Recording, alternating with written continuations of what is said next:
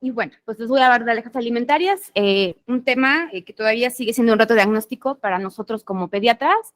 Para esta plática no tengo ningún conflicto de interés que reportar y seguramente a todos ustedes les ha pasado que en urgencias, en su consulta, se presentan pacientes con cuadros de urticaria que puede estar o no asociado a angiodema y el paciente siempre piensa que probablemente es una alergia a algún alimento y probablemente muchos médicos también lo hacen. Sin embargo, cuando el único síntoma es la urticaria, la realidad es que por lo menos en pediatría no siempre la alergia es la primera causa.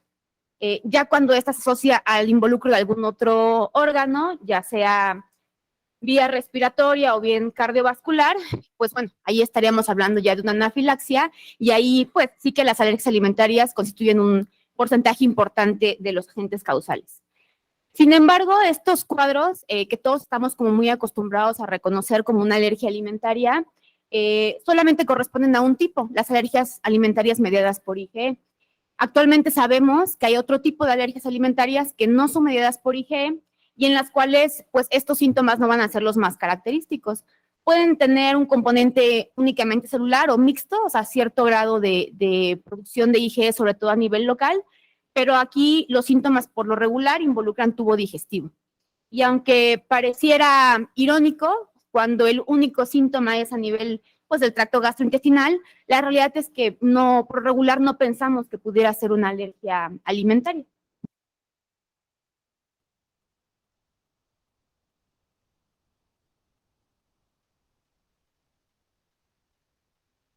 Y bueno, para empezar, pues hay que recordar cómo se define, bueno, eso es lo que vamos a ver en el transcurso de la plática, qué es una alergia alimentaria y cómo las clasificamos, cuál es la situación epidemiológica en México y en el mundo, por qué se producen en términos generales, y vamos a hablar de las formas clínicas más frecuentes en pediatría y algunas características fisiopatogénicas peculiares de cada una de ellas.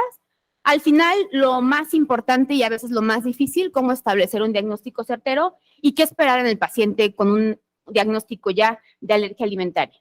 Entonces, definiendo lo que es una alergia alimentaria, pues son reacciones adversas que van a estar en respuesta a la exposición a ciertos componentes de los alimentos, pero que tienen la característica de que van a estar mediadas por el sistema inmune.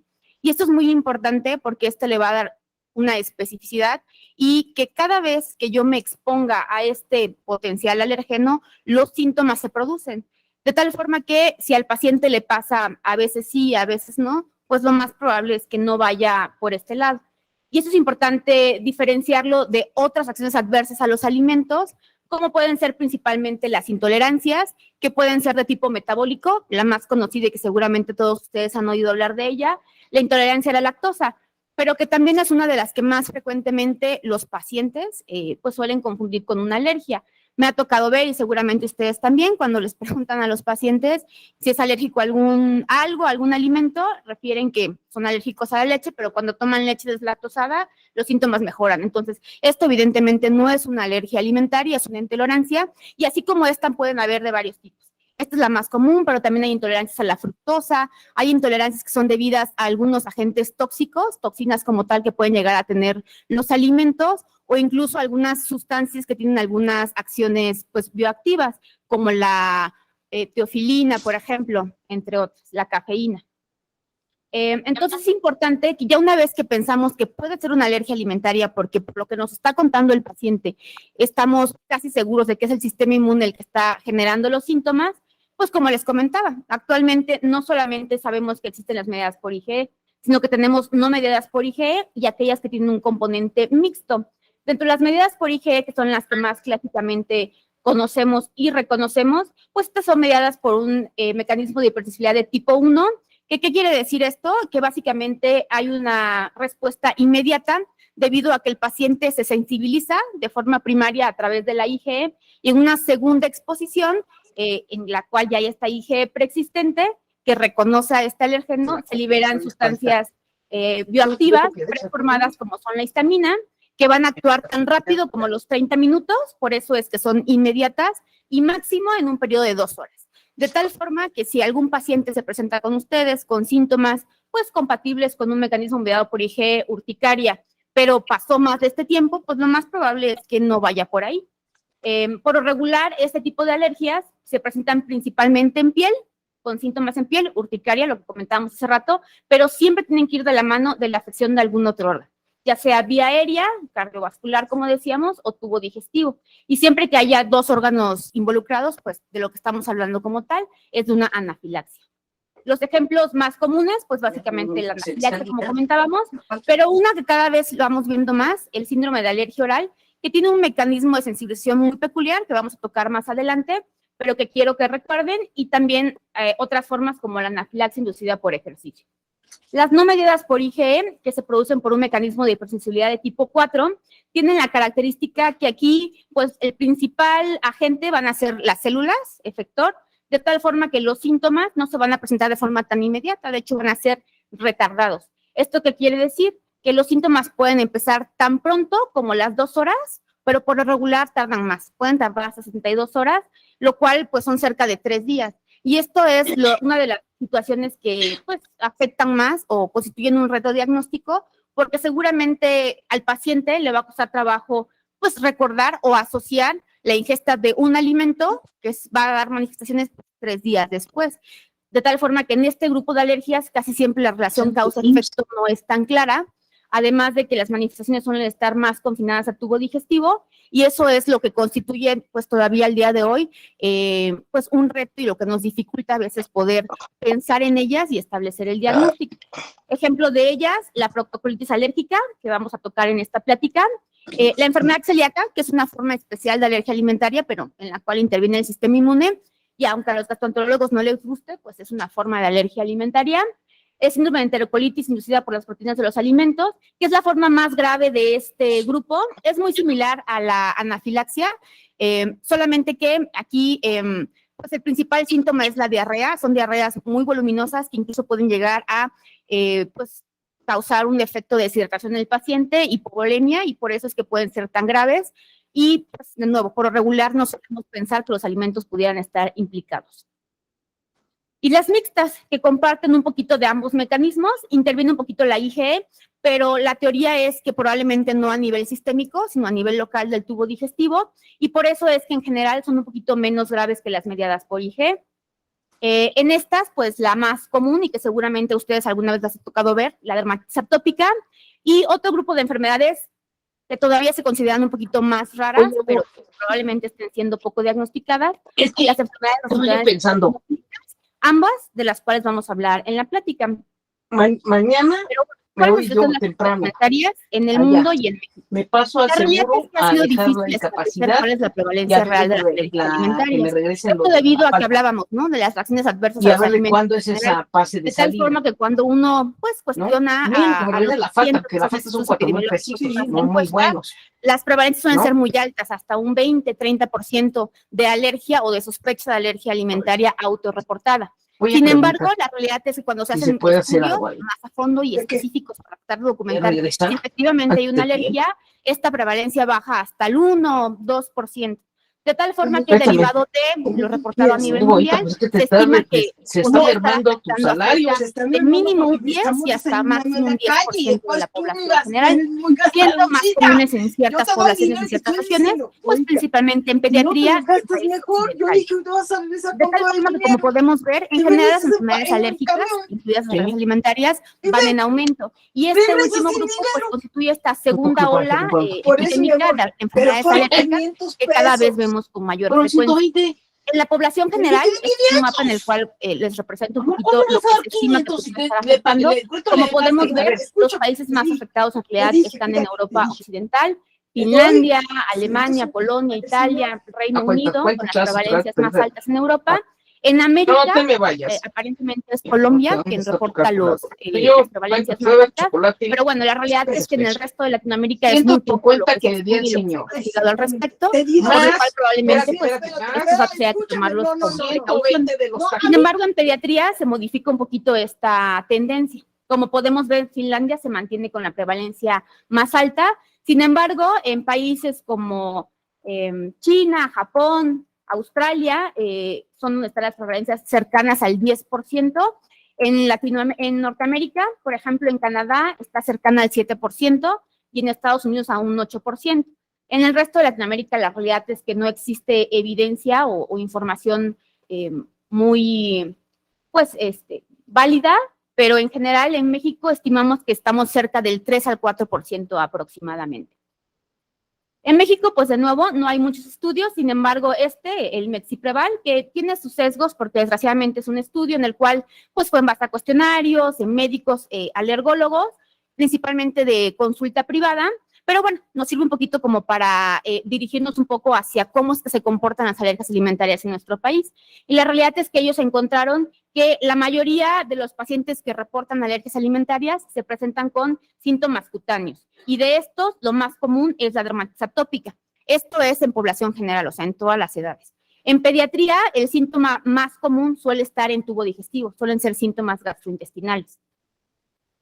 De tal forma que esta información que les vengo comentando en realidad es más de la alergia alimentaria mediada por IgE, pero hay alergias alimentarias no mediadas por IgE. Pues la realidad es que los datos, sí, como son enfermedades un poquito menos conocidas, como vamos a ver, más difíciles de diagnosticar, pues la información al respecto es menos clara. Pero de algunos estudios que se han hecho en diferentes partes del mundo de forma aislada, como podemos ver, la proctocolitis alérgica, que es la forma más común de alergia alimentaria no mediada por IgE, y en pediatría alcanza una prevalencia acumulada del 17% anual, lo cual pues en realidad no es nada despreciable. Y de hecho, como vamos a ver más adelante, es de lo que vamos a ver más y que seguramente todos han visto alguna vez en su consultorio. Las otras son más menos comunes, como son las enfermedades gastrointestinales eosinofílicas, que se consideran raras, pero que en realidad pudieran estar siendo poco diagnosticadas. Por ejemplo, la esofagitis eosinofílica en Estados Unidos reporta una incidencia anual de 57 casos por cada 100,000 pacientes, la cual es muy similar, por ejemplo, a la enfermedad inflamatoria intestinal. Entonces, pudieran ser enfermedades que en realidad no son tan raras como creemos.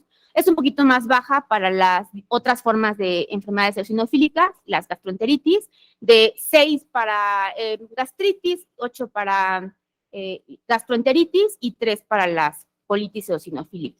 El FPS, que comentamos hace rato, que es la forma más común de las alergias alimentarias no mediadas por IgE, es pues bastante rara, afecta menos del 1% de la población, pero es más común en pediatría, de hecho se presenta más en los primeros años de vida, de tal forma que vale la pena que pues tengamos conocimiento de ella, porque pues si no la conocemos, ¿cómo la vamos a poder pensar o diagnosticar? Y si bien hay cerca de 170 alimentos reportados en la literatura que pueden ser causantes de alergia alimentaria, la realidad es que más del 90% de las alergias están producidas por 9 alimentos. Básicamente leche, huevo, sobre todo en la etapa pediátrica, pero también frutos secos, cacahuate, pescados, mariscos, soya y algunas semillas, principalmente la semilla del girasol. De nuevo, esto varía dependiendo de la región que estemos estudiando. En Inglaterra es donde se reportan las tasas más altas de prevalencia alergia al huevo, afectando al cerca del 2% de la población, y de leche al 1%, mientras que en Asia es muchísimo más común las alergias a mariscos y pescado, afecta cerca del 1% de la población. En Estados Unidos es un poquito más frecuente a cacahuate y frutos secos, afecta al 1.3% de la población. Y de nuevo, en México, aunque no tenemos información tan fidedigna, en el Mexipreval, de nuevo, lo que se reportó es que el alergeno alimentario más común es por mucho la leche y también algunas verduras, sobre todo en adultos y en la etapa de la adolescencia, en el caso de la población pediátrica, pero bueno, como podemos ver, en realidad hay de todos los grupos de alimentos. Y bien, ¿por qué se producen las alergias alimentarias? Y eso es importante porque va de la mano de por qué varía tanto también pues la prevalencia, dependiendo de la región que estudiemos, y por qué hay en algunos lugares más alergias a ciertos alimentos. Y en general, que es lo primero que vamos a ver, esto se debe a que hay una pérdida de la tolerancia oral. ¿Y qué es la tolerancia oral? Pues es este estado de no reactividad contra los antígenos que hacen contacto con el sistema inmune a través de la mucosa gastrointestinal. Y es que el sistema inmune que está asociado a la mucosa gastrointestinal, pues va a tener contacto a lo largo de toda la vida con muchos antígenos, derivado de todo lo que nosotros consumimos. De tal forma que el sistema inmune asociado a mucosa gastrointestinal está programado para responder con una respuesta de tipo tolerogénico, como vamos a ver. Y cuando se pierde este equilibrio tan fino que existe, es que se puede llegar a dar la sensibilización a estos alimentos, que dependiendo de factores genéticos, que tan prolongado se vea hacia la exposición, pues puede dar lugar a alergias que sean permanentes o únicamente transitorias, como vamos a ver. Y son muchos los mecanismos que influyen en esta tolerancia oral, que van desde elementos de la inmunidad innata, como es el simple, los componentes que hay en la luz intestinal, que van desde el pH, los componentes enzimáticos, así como la biodiversidad, o sea, la microbiota que hay, la integridad de las diferentes capas de mucosa que están por encima del epitelio gastrointestinal, tanto el externo como el interno, y los mismos componentes del sistema inmune que residen en ellas, como la IgA secretora y los péptidos antimicrobianos. Posteriormente, pues está el epitelio gastrointestinal que va a constituir esta barrera de cuya integridad pues va a depender en gran medida que se lleve a cabo esta tolerancia oral, ya que en la medida en la que todos estos mecanismos están pues íntegros, el sistema inmune que reside en esta capa de la mucosa gastrointestinal pues puede censar el contenido de la luz intestinal y exponerse a esto de forma controlada. Y como comentábamos, como está per se programado para responder con una respuesta de tipo tolerancia, mientras esto se mantenga íntegro, pues la respuesta va a ser tolerar y no reaccionar a todo lo que se expone. Esto está dado principalmente por la presencia de ciertas componentes de las células del sistema inmune, por ejemplo, la célula dendrítica con este marcador, el 103 positivo, que le va a dar este perfil en el cual va a secretar principalmente el factor de crecimiento transformante beta, que sabemos que es una citocina que va a favorecer el desarrollo de los linfocitos T reguladores, y asimismo algunos macrófagos que residen justo por debajo del epitelio gastrointestinal y que sensan todo a lo que se expone a través de la luz. Sin embargo, cuando se produce algún daño en esta pues barrera, llámese o sea derivada de uso de medicamentos, alguna inflamación por alguna infección, alteración de la microbiota que también puede llegar a generar esto y que liberan ciertas sustancias o patrones de daño, pues hace que se pierda este equilibrio y esto ya va a depender probablemente de qué tan prolongada sea esta exposición y a lo que se exponga el paciente durante este momento, así como de factores genéticos, de tal forma que cuando empiecen a liberar sustancias como la linfopoyetina, interleucina 25, se empiecen a activar otros tipos de células del sistema inmune, como las células inatas de tipo 2. Asimismo, estos macrófagos, estas células dendríticas, pues ya no siguen produciendo estas citocinas que son tolerogénicas, sino que empiezan a producir otro tipo de citocinas como interleucina 4 y 13, que sabemos que van a tener un efecto sobre el linfocito B para este cambio de isotipo y la producción de IgE.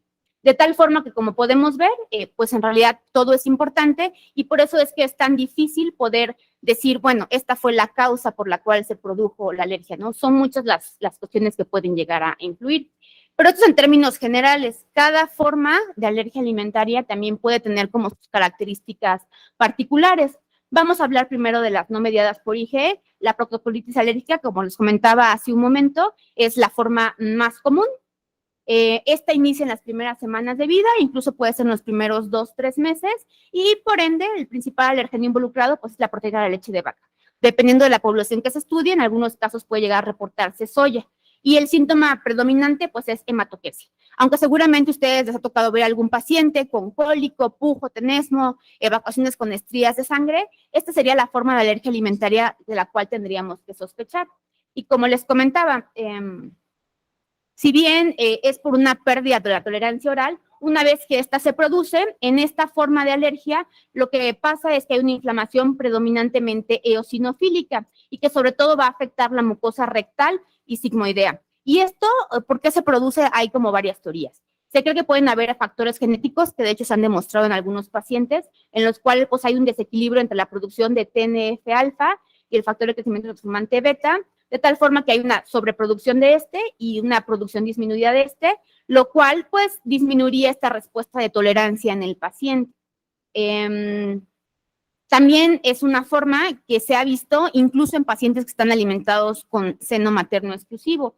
Y aquí lo que se hipotiza es que probablemente derivado de la presencia de la IgA secretora, esta pues neutraliza la proteína de la leche de vaca que pudiera estar presente en la leche humana, y una vez que pasa su recorrido por todo el tubo digestivo y es digerida tanto por enzimas como por las bacterias colónicas, pues es muy al final del tubo digestivo donde se libera la proteína de leche de vaca y por eso es que pudiera llegar a causar el daño principalmente en las porciones más distales del tubo digestivo. Esta forma en realidad es la más común, pero afortunadamente también es la más benigna. Tan benigna que hasta en una cuarta parte de los pacientes se ha descrito que puede remitir de forma espontánea, o sea, aunque nosotros no le identifiquemos ni le demos tratamiento. Las mixtas que como comentábamos, pues la dermatitis atópica, que seguramente a todos ustedes les ha tocado ver alguna vez. Es importante recordar que hay dos formas, la intrínseca y la extrínseca. Básicamente es la extrínseca la que puede tener un componente alérgico, hasta un 50-80% de los pacientes, y en estos una tercera parte se asocia a alergia a alimentos. ¿Cuándo sospecharla? Sobre todo en pacientes con dermatitis atópica moderada a severa, refractarios o con recaídas frecuentes a pesar de un tratamiento adecuado, y sobre todo de inicio temprano, cuando usted va a poder estar asociada a alergia a alimentos. ¿Y qué es lo que pasa aquí? Pues que son pacientes con un trasfondo atópico, que van a tener una disfunción de la barrera epitelial, ya sea por mutaciones en la filagrina o por algunos polimorfismos en algunos genes que codifican la expresión de interleucina 4 e interleucina 3, que sabemos que van a afectar de forma negativa la producción de ceramidas y de tal forma la humectación y la integridad de la barrera epitelial. De tal forma que al estar defectuosa, pues esto permitiría el paso de microorganismos, pero también de alergenos que pudieran interactuar con el sistema inmune que está asociado a la piel y pues generar sensibilización.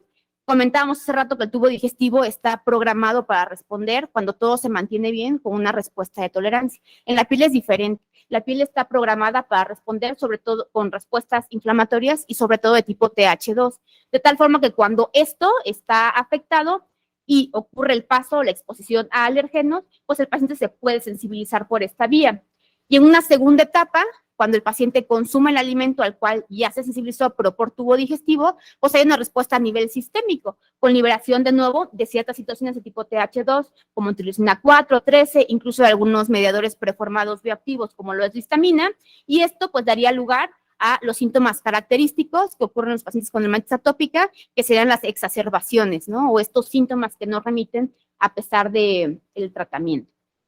Por otro lado, están las enfermedades gastrointestinales eosinofílicas, que como les comenté, pues son aparentemente más raras, pero que yo les quiero comentar porque me gustaría que las conozcan, para que pues las pensemos y también las empecemos a reconocer con más frecuencia.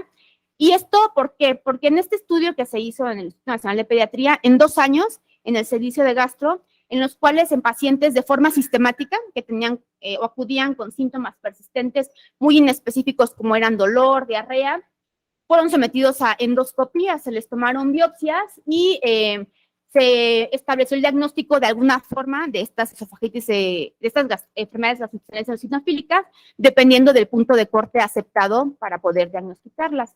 ¿Y qué fue lo que encontraron en 2 años? 29 pacientes que cumplían con el criterio diagnóstico para, pues, ser diagnosticados con esta enfermedad. De estos, pues, un poquito más de la mitad tenían algún antecedente personal de atopia, y en 3/4 partes de la población se pudo documentar algún tipo de sensibilización a alimentos, principalmente no mediada por IgE, ¿no? Y en realidad, pues no hubo tantos marcadores sistémicos, no hubo tanta elevación de IgE o eosinofilia, pero precisamente por eso es que es importante que las conozcamos para poderlas reconocer. En estos pacientes el síntoma principal fue dolor, seguido también de diarrea y un poquito menos frecuente regurgitación y vómito, y el principal elemento involucrado pues fue la proteína de la leche de vaca. Y bueno, de estas, pues la más conocida es la esofagitis eosinofílica. Ambas, tanto las gastrointestinales como la esofagitis, se presentan en población pediátrica como adultos, pero tienen diferencias en cuanto a los alimentos involucrados. En la esofagitis, principalmente leche y trigo en niños, y en adultos huevo, carne y soya. Los síntomas también varían. En niños, principalmente falla de medro, que como pueden ver es un síntoma muy inespecífico, o problemas con la alimentación. Estos niños que son, como les dicen los gastroenterólogos, picky eaters, ¿no? Se demoran mucho comiendo. También puede llegar a haber regurgitación y vómito, y en adultos, pues ya más síntomas más francos como disfagia o impactación.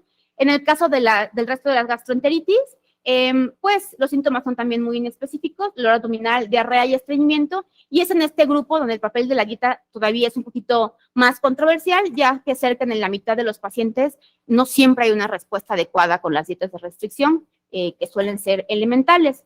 Aquí lo que pasa es que también hay una inflamación primariamente eosinofílica, aunque también se han documentado algunos otros tipos celulares, y lo que parece no estar claro es cuál es el agente que desencadena esta inflamación. Pudiera ser una cuestión genética, se ha documentado que en algunos pacientes, pues la Hay una producción aumentada de la linfopoyetina y la calpaína, que sabemos que afectan tanto la respuesta de tipo TH2 como la permeabilidad en la mucosa gastrointestinal. Se ha asociado también a cambios en el pH y al uso de algunos medicamentos como inhibidores de bombas de protones, a infecciones o simplemente cambios en la biodiversidad de la microbiota. Pero una vez que el eosinófilo penetra estas capas de la mucosa esofágica, pues causa daño porque empieza a liberar sustancias como el factor de crecimiento transformante beta, que como veíamos anteriormente, pues va a generar o es el principal actor de esta tolerancia que se produce a nivel del tubo digestivo. Sin embargo, en exceso puede ser causa de fibrosis y esto puede afectar la elasticidad del epitelio gastrointestinal y con eso pues producir los síntomas característicos. Por otro lado, se pueden producir sustancias como la proteína básica mayor, peroxidasa, neurotoxina, que van a tener efectos sobre el sistema neurológico gastrointestinal y también contribuirían a las alteraciones en la sensibilidad y la motilidad, que comentábamos van a ser las responsables de los síntomas característicos en esas entidades. Por último, las mediadas por IgE, que afortunadamente en nuestra población son todavía menos frecuentes que en países de Occidente. Y aquí me gustaría hablarles del síndrome de alergia oral, que es una forma muy especial de alergia alimentaria mediada por IgE, ya que es originada por la sensibilización de tipo 2.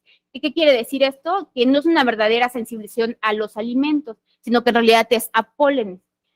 Aquí, ¿qué es lo que pasa?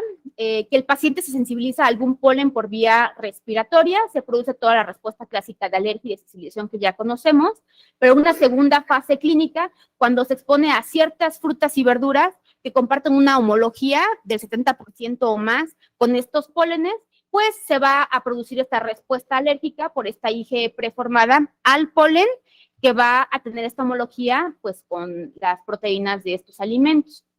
De tal forma que esto hace que cuando hay este contacto, pues se empieza a producir la respuesta de alergia y vengan los síntomas característicos.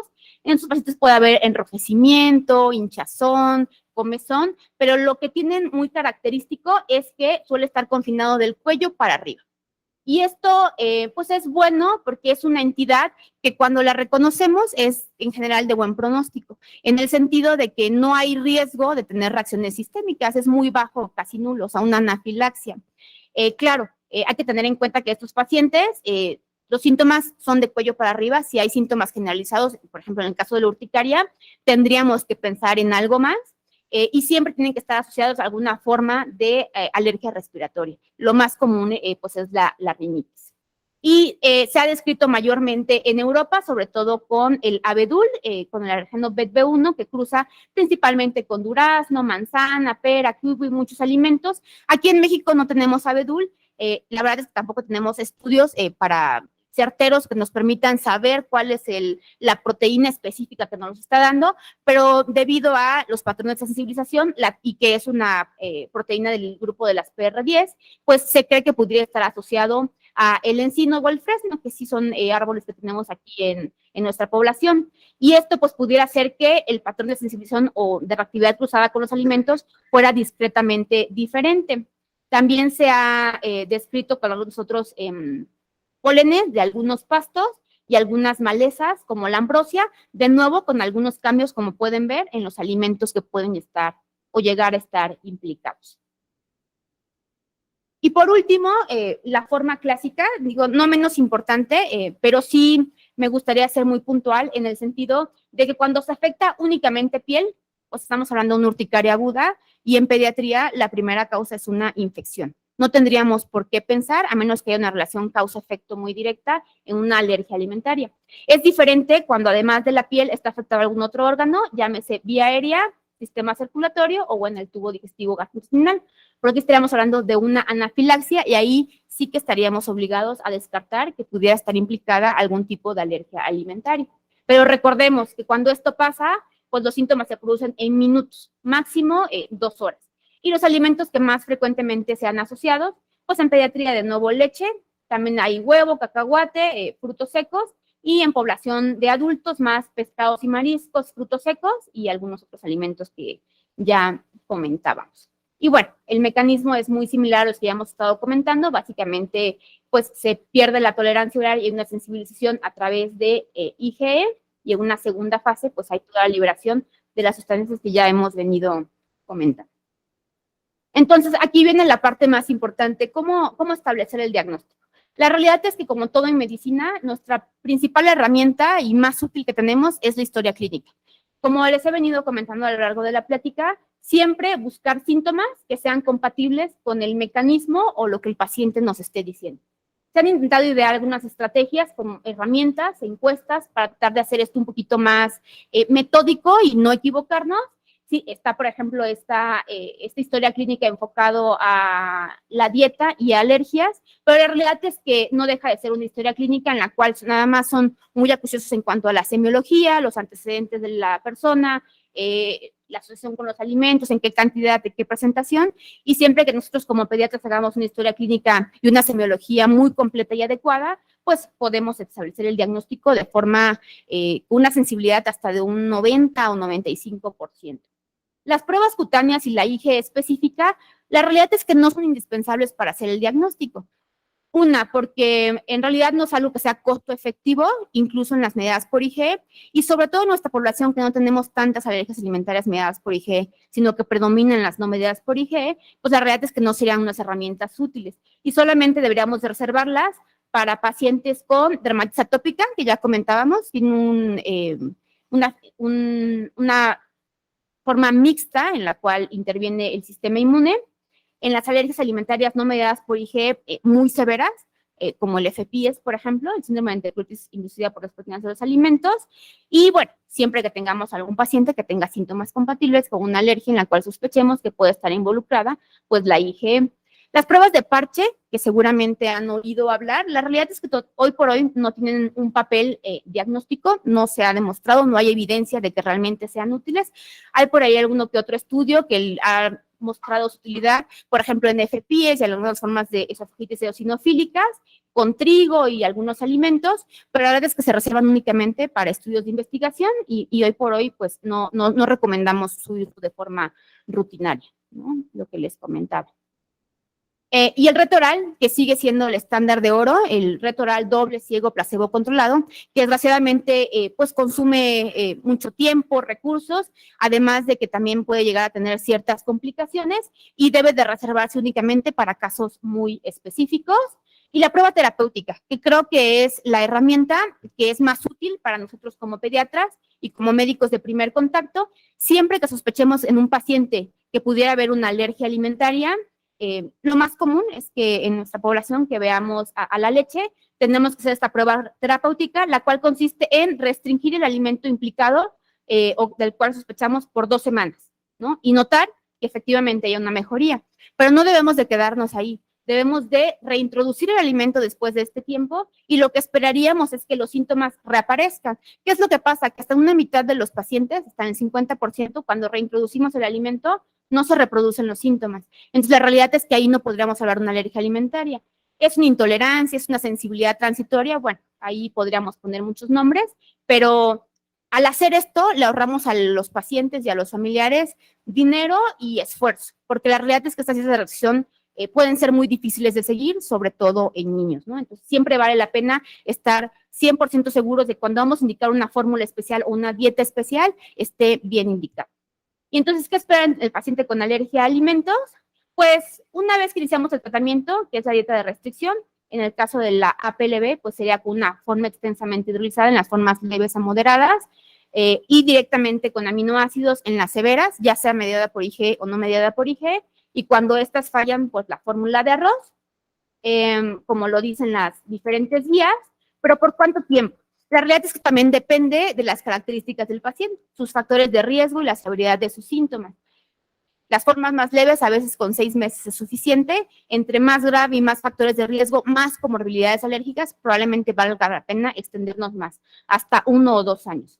Pero la buena noticia es que en pediatría, la gran mayoría de las veces, estas alergias remiten y siempre cuando vamos a reintroducir el alimento implicado, vamos de lo más a lo menos procesado. Les pongo aquí el ejemplo de la leche, la escalera de la leche, porque es la alergia que más vemos y a la que ustedes más se van a enfrentar. Y entonces, cuando ya consideramos que el paciente la superó y vamos a reintroducir el alimento, siempre hacerlo de forma escalonada.